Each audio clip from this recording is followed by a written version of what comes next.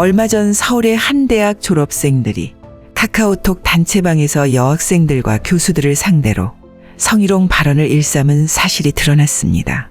하지만 정작 그들을 성범죄로 처벌할 수는 없어 성희롱 대상이 된 피해자들이 억울함을 호소하고 있는데요. 사건이 발생하게 된 카톡방은 경희대 남자 졸업생들이 모여있는 곳이었습니다. 지난 21일 경희대 졸업생들에 따르면 이 대학의 예학과 14학번 남학생 3명은 2021년 9월부터 최근까지도 카카오톡 대화방에서 같은 학과 선후배와 동기들을 대상으로 성적인 발언을 이어갔다고 하는데요. 공개된 내용을 살펴보면 이들은 특정인의 이름을 거론하며 땡땡땡이랑도 할 거냐, 대줄 준비가 되었다, 넌 안 벗겨봤으니 모르잖아 등의 대화를 서슴없이 이어갔습니다. 여자친구가 생겼다는 말에는 누가 여자를 잘 요리하냐, 여성 동문을 만나고 돌아왔다는 남학생에게는 맛있게 먹었냐 등의 저질스러운 발언이 이어졌는데요. 또 동문을 생각하며 자위를 해봤느냐라는 질문을 하고 연락이 닿지 않는 교수를 지목하며 성관계 중인 것 아니냐라며 조롱하기도 했습니다. 공개된 대화 내용만 살펴보더라도 이들의 악질적이고 저질스러운 성희롱 발언들은 쉽사리 논란이 잠재워지지 않을 것으로 보이는데요. 아마 밝혀지지 않았다면 아직까지도 같은 행동을 스스럼 없이 일삼지 않았을까 생각이 듭니다.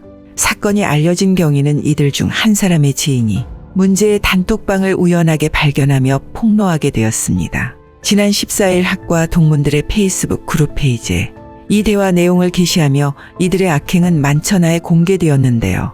이들 3명은 이틀 뒤인 16일 잘못을 시인하는 사과문을 올렸고 현재 폭로글과 사과글은 모두 삭제된 상태입니다. 가해자로 지목된 졸업생 중 한 명은 학우들을 언급하며 불쾌한 농담과 모욕적인 언사, 비방, 희롱을 주고 받았다라며 피해를 본 분들이 느꼈을 배신감과 모욕감은 헤아릴 수 없을 것으로 생각한다. 진심으로 사과드리고 싶다고 밝혔습니다. 이들은 피해자들에게 개인적으로 사과 메시지도 전달했다고 알려졌는데요. 한 졸업생에 따르면 대화방에서 언급된 여성 동문과 교수 등 피해자는 무려 약 20명이라고 합니다. 아주 오랜 시간 본인들의 잘못에 대해 경각심을 갖지 못하고 많은 사람들에게 성희롱을 남발했다는 것을 피해자 수에서 예측해 볼 수 있죠. 이들 중 한 명은 우리 셋 중에 하나 정치하면 이 방 그냥 판도라의 상자급이라며 본인들의 대화 수위가 높고 정상적이지 않다는 것을 시인한 부분도 드러났습니다. 단톡방 사건의 피해자의 인터뷰에서 한 피해자는 그럴 사람들이 아니라고 생각했기 때문에 근데 뒤에서 몇 년 동안 그러고 있었다는 게 정말 충격이 많이 컸고 언제 어디서 만날지도 모르는 거고 그런 불안감이 계속 있는 것 같아요. 무섭기도 하고 이번에 호신기구 살 정도로라고 언급했는데요. 피해 트라우마로 적잖이 힘들어하고 있는 모습을 볼 수 있었습니다. 일부 피해자들은 이들의 사과문의 진정성이 느껴지지 않아서 고소를 준비하고 있다고 알려져 있는데요.